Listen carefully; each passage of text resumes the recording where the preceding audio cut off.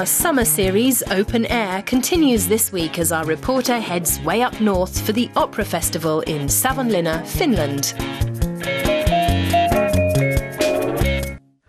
Somewhere in the lakelands of southeast Finland, there's a special place for music lovers.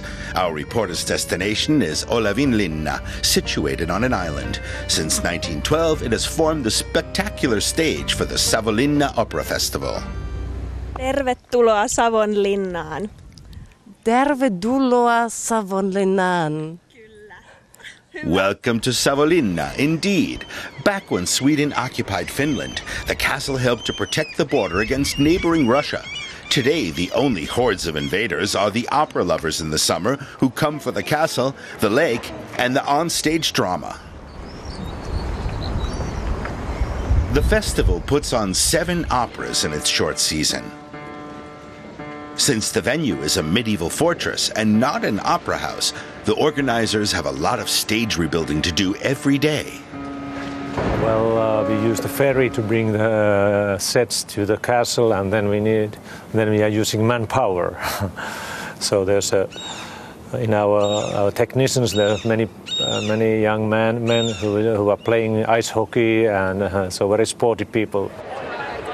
There's almost a full house for the dress rehearsal. The opera in question is a world premiere.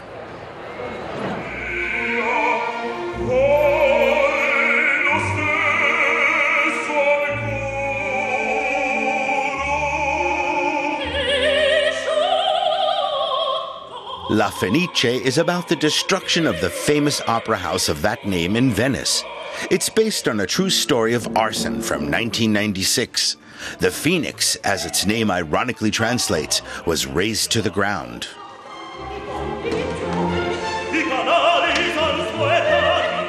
Conveniently, the opera's plot provides the opportunity to run the gamut of past operas from Mozart to Verdi.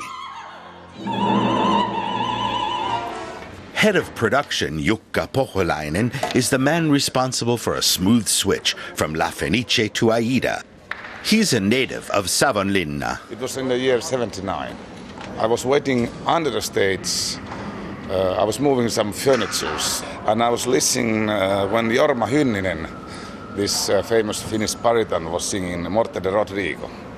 And for me it sounds very great. Never heard opera before that. I was 17, I think so. Ice hockey player. The acoustics are opera house standard, but the lakeside setting also means swarms of mosquitoes. I've never noticed the mosquitoes on stage.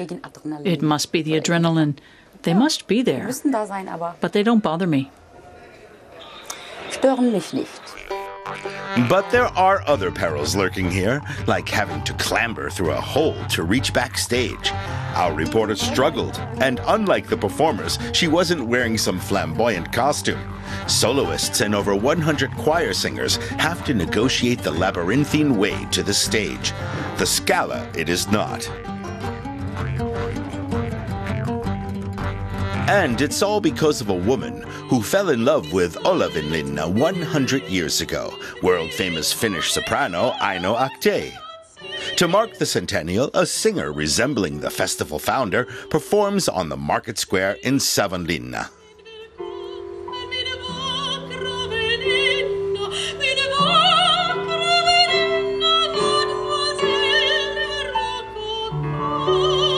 Many of our people has got their first touch with opera here, and I think this is a very special place. Back when the festival was first launched, guests were rowed over to the castle by boat. Today there's a bridge to the island. But then, as now, it's a major society event. It is just in such a beautiful place. The lakes, the castle, there's no venue like it anyplace else in the world. The quality of the performances is very high, and I find the people enormously friendly and welcoming. I like the castle because it's so old. Aida, the Verdi opera set in ancient Egypt and performed here in the chillier climes of Finland.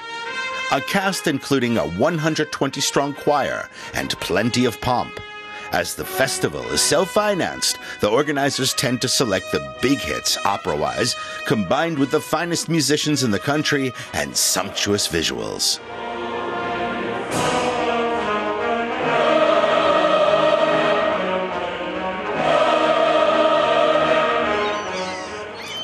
Just before midnight, the performance at the grand old castle comes to a close, and the sky is still bright. Another unique feature of the Savonlinna Opera Festival.